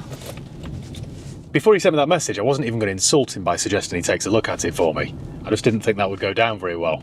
And also, you know what it's like, no tradesman, be it a builder, a mechanic, a plumber or a plasterer, nobody wants to take on someone else's half-finished job. Anyway, I was wrong. Sam was his usual helpful self. So last week, I limped it down there. If you remember, it was in sort of limp home mode, it just had no power. I thought the turbo had blown. So I had a very leisurely drive down to Portwood in Stockport to drop it off. Anyway, fast forward a week, he's just sent me a message this morning to say the S-Class is all ready. So I thought I'd bring you guys along and find out exactly what he's done. I don't like leaving videos on a bit of a cliffhanger like the last S-Class video. So I thought, well, this way I'm keeping everybody up to date with it. He's gone through the list of faults with it and it's now all perfect. There are still several things that I need to do. It needs a bit of paint work and I need to get the wheels refurbished. And a good valet. But at least we're back on track. Hey, can I get past this bus? That was a bit of terrible driving there. Yeah, we're back on track. Let's go and have a chat with Sam then, shall we, at SPR, see exactly what he's done, and, crucially, how much my bill is. Right, we're at SPR, and as always, there are always some very interesting Mercedes to have a nosy at. Let me just show you these two estates quickly. These are 1980, 85 and 86, I think, Mercedes TEs. This one's a 7-seater with the rear-facing bench seats. Anyway, we're not here for that. Well, there's the Mercedes then, looking a lot better than the last time I saw it. Hey up, you all right? Yeah, How glad you you're doing? here. Yes, I know, I've been meaning to come for it, but... Right, talk me through what you did then. Because when I dropped it off, it was in limp mode, wasn't it? So it was Had in limp no power. mode, no power, numerous lights on the dash, ABS, ESP. Oh, and the speedo was had a mind of its own, didn't it? Speedo Yeah. was thinking we're doing like 200 mile an hour stationary. Yeah. So first port of call was to get it out of limp mode to Okay. see have we got more issues than just that, rather Right. than invest in that and then it's a disaster down the road. I was worried it might be turbo or something. Luckily not, but not far from. Okay. The inlet manifold motor was faulty.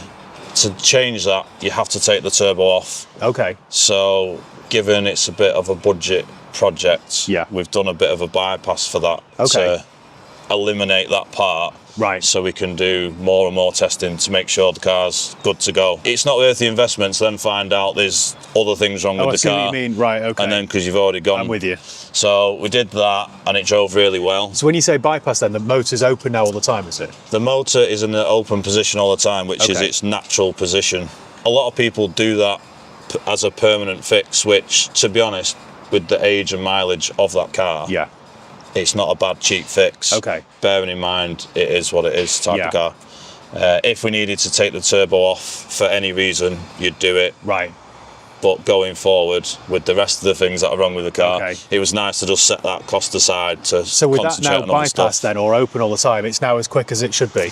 Yeah, you won't lose any power at Okay. all. That engine in commercial vehicles doesn't have that motor. When you say commercials, what uses that? Vito, Sprinters. Oh, do they? Yeah, Right, the 3 litre? V6, Oh, yeah. right, okay, I didn't know Yeah, that. they cram it in there, yeah. Okay.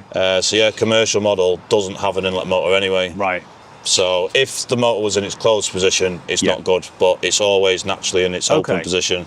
That won't affect emissions then or anything like that? No. Okay. No, not at all. A lot of people, if they're doing a major strip down of that engine, they take it all out and Oh, right. get rid. Right, It okay. is like a modification. I see, right. So we can live without it? Yeah, definitely. I mean, if it was a 50 grand S-Class, you'd Yeah. do it, but it's not. Yeah, no. So, and that enabled us to concentrate On the other faults. Other faults. So what was your next job then? The ABS issue? Next the ABS job light? was ABS ESP, which we had more than one speed signal fault from the wheels. Yeah. I think the other place changed one sensor. Yeah. You've got to change the 4. Have you? Yeah. And With genuine parts, or can you it's use... got to be genuine. Right, okay. Yeah. The Mercs just don't like aftermarket No. speed sensors at all. So we changed all 4 of them. That stopped the dash Yeah, lighting up going like a Christmas crazy, tree, yeah. which in turn was activating the handbrake Yes. randomly. Okay. So we got all that sorted. When we thought was coming to the end of issues, we then had a handbrake issue. The handbrake shoes had just disintegrated right. completely. But then I was worried about the handbrake motor being damaged Yeah. because of the handbrake shoes. So we fitted all new handbrake shoes, Yeah. and then luckily the handbrake motor was good. Otherwise, that would have been a make Right. or break situation with the car. Okay, good. And Well- that cleared the lights then? That got all the lights off finally, Yeah. and we've got a handbrake again. Okay. All good. And we've but got power again? we did have to replace the back plate. It had new back plates fitted, Yeah. but because of the handbrake shoes falling to pieces, it had damaged the new back plate. Right. So unfortunately, we had to do all that again. Okay.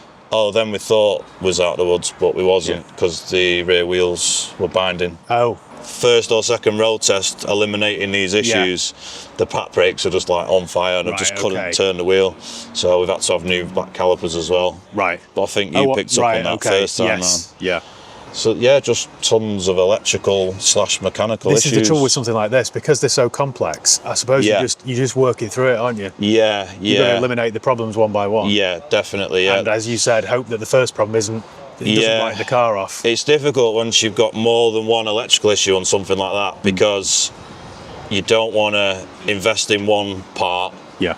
go to another part, and then that's uninvestable. I'll say. Yeah. You can become a bit unstuck. Hence why we've Right. been a bit clever with the finances on this one. Okay. Even though you've not seen the bill yet. No, I haven't seen the bill yet. That's what I'm worried about. Right, okay. Yeah. But you're done with it now, you're quite happy with that? I'm done with it, I'm happy with it. I've done plenty of road tests in it.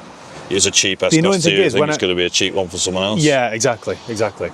Now it's safe and it's powerful and everything else. Yeah. That's the most important part. When I bought it, it was driving fine. Apart from those lights on, it wasn't. It didn't have that issue with the loss of power. Also, it was good originally. Yeah, and then since it went to my other mechanics and they did various bits, then it sat there for months. Then it's just it's just not helped. It's sitting around. Unfortunately, even though these, 17, 18 years old, you still can't really take them to normal places because they're that complex. They're so advanced. You could just get it wrong dead easily. Unfortunately. No, fair enough. I've enjoyed it. It's worth saving. Yeah, okay, I think it's worth saving. Well, I need to get the wheels done. I didn't know where to start. I didn't know where to stop with it really, but I need to get a little bit of paintwork done. Yeah. Because I might as well, because it's only the edges of the wheel arch. Yeah, I think it's both sides, just there. And sort the wheels out, and then it's quite presentable then, isn't it? It's better looking than a lot of cheap ones because it's got the AMG body kit on, it's got the wheels, so it does looks look tons better than anything else. Yeah, and it's got a roof and a reverse camera and everything. So. And I've been playing with everything in the car and everything does work. Oh, did you sort the window out? Windows fixed, yeah. Was it just a software update? Software, front passenger door, aircon works, before with something. Yeah. Heated seats work, sunroof works. Yeah. And it's got a stack of history. Yeah, I know. That was the major selling point, really. Yeah. All right, let me go and pay my bill then, and I'll get it to the wheel place. Good luck. Right. Cheers, Sam. Right then, I'm back in the S-Class. I've just paid my bill, which was, in case you're wondering, £2,006 on my, what did I pay for this? 1,800 quid? 16? Never buy a cheap S-Class, ladies and gents. We're on our way now then to Prestige Wheels in Bredbury to go and get the wheels refurbished because... Wild parking sensors there. I thought it was a fault. I know you might think I'm mad now spending even more money on this car, but when you're in a hole, you've got to keep digging, haven't you? In for a penny, in for a pound.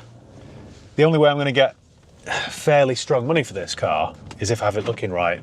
And it's got those nice AMG style wheels, so if I get those refurbished, yes, it's going to cost me another £300, but I think it will make the car look really nice. Now, what does this car currently owe me? 16 or 1,800 pounds, I can't quite remember. Sounds bad, but it was 9 months ago, and I bought lots of cars since then. Let's say 18. Let's go worst case scenario. So 1,800 pounds there, 2,000 pounds SPR, that's 3,800. There's a Givney Green Range Rover over there. 3,800 pounds then is what this car currently owes me. 3,800 plus the wheels are going to be 4,100. I'm hoping I can retail this for 4,995. Oh, it needs a bit of paintwork as well. The paintwork though should only cost me maybe 250 or something like that. So if it owes me 44 all done, if I can get 4,995 or 5,495 for it, I'll still come out with a little dribble of profit. And we've saved another car. Because as I said on my way down here, I didn't know what I was going to do with this car. I was worried that I might have to scrap it, and it's too nice for that. Like Sam said, everything works on the car now. The air conditioning works, the reverse camera works. It's a nice clean old thing. So I'm just going to have to keep spending on it, make it look as good as possible without going mad, and then try and retail my way out of it. If you take anything from this video though, don't buy a cheap S-Class. Look at that, in all its Givney glory. This now, by the way, drives, well, there's loads of power. We're all right, I think, we're good. They do know what they're doing there at SPR. This is why I always preach that it's best to go to a specialist if you've got something, you know, a bit unusual. I'm not knocking my regular mechanic, by the way, because they have to know a little bit about everything. But with something that's complex like this, you're just better off going to a specialist who deals with them day in, day out. Sam was saying when he's looked through the service history for this car, and it's got reams and stacks of service history, the previous owners replaced the seals on the oil cooler, which is quite a common issue on these. The oil cooler on this V6 engine is buried within the V of the engine, and it's a bit of a pig of a job to do. The fact someone's done that is a great help. I'm just hoping now I'm out of the woods with this car. I can finally see a little bit of light at the end of the tunnel. So with the wheels done, the paintwork done, a valet done, and a fresh MOT, hopefully I'll get my five and a bit £1,000 back in for it. That's the plan. He has done an awful lot of work there though for £2,000. So just quickly, oh, it's had new glow plugs as well. He didn't mention that. Supply and fit new glow plugs, diagnostics, passenger window, Remove and replace 4 ABS sensors, £85 each. Secure back plates, brake fluid change, near side rear hub.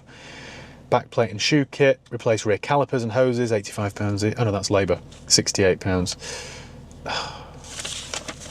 Honestly, this is like War and Peace, this.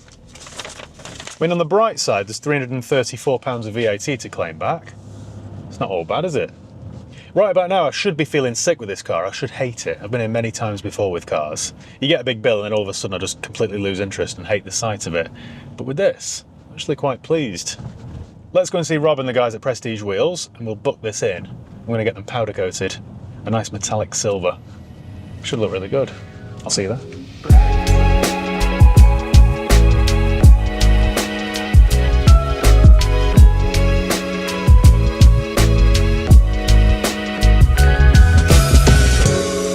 And we're back in my cheap Mercedes S-Class. And one thing's for certain, it isn't cheap anymore. I've massively overspent on this. Honestly, what a loser. I don't know why I do it to myself. When I bought this all those months ago, I thought I'd got guaranteed profit.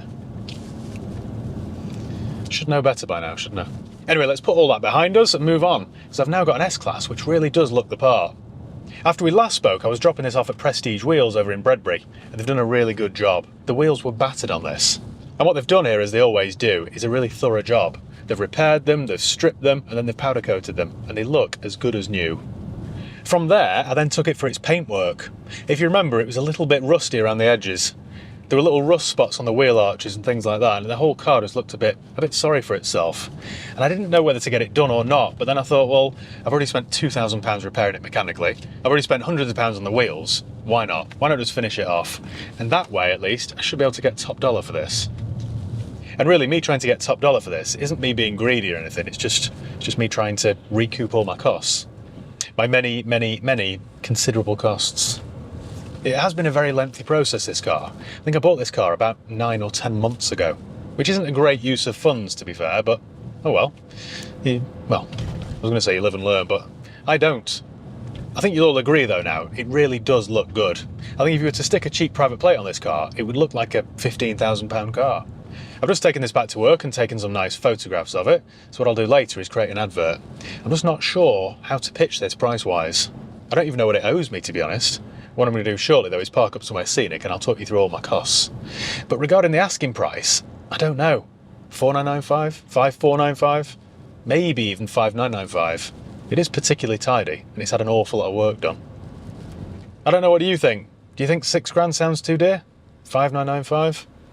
Because right now, at least, it does have an awful lot going for it. It just didn't when I bought it. I'm driving this now on a nice sunny day. We've got a sunroof, we've got ice cold air conditioning, we've got sat-nav, we've got a reverse camera, we've got heated seats, and weirdly, everything works. I think that's what I'm going to do. I'm going to start off at 5,995, and I can always work backwards, can't I? I think someone's getting a fairly decent car here for 5,995. It's a really beautiful day up here today. The sun's shining, the sky's blue. It's a long way from Siberia. Although in a couple of months' time, it's going to look like Siberia up here. Everything's white, frosty. Well, here will do nicely then. Park up in my usual spot. There we go. Let me get my calculator out. Now, I can't even remember how much I paid for this car. It was either 1,600, 1,800 or 2 grand. I think it was 1,800. Should really have checked, shouldn't I? But it was that long ago. So, I think I paid £1,800 for the car. I think. Then I've got my bill at SPR, which was more than that. £2,006, I think that was. Oh, right. We've got the bill at my paint shop. Now, I didn't use Jimmy. I used another place. I used a place called Stratton Smart, who I often use, actually. They've done a really good job. So they, what did they do? I was trying to read the invoice here. Remove the rust from both arches, fill prime, Schultz, arches, rear quarter, paint and touch in. So my bill there was £504, including VAT. So we'll add 504 there. Then we've got the bill at Prestige Wheels. That was £288 to have all 4 wheels powder coated. Then we've got the MOT test fee. That was £40. And then we've got a valet. That was £70 on top.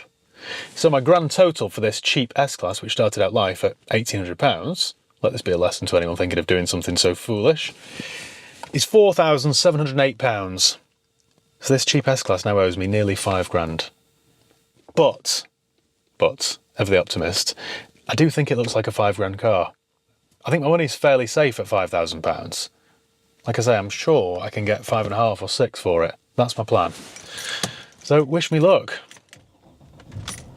What I'm going to do now then is head back to the garage via the petrol station because my fuel light's on.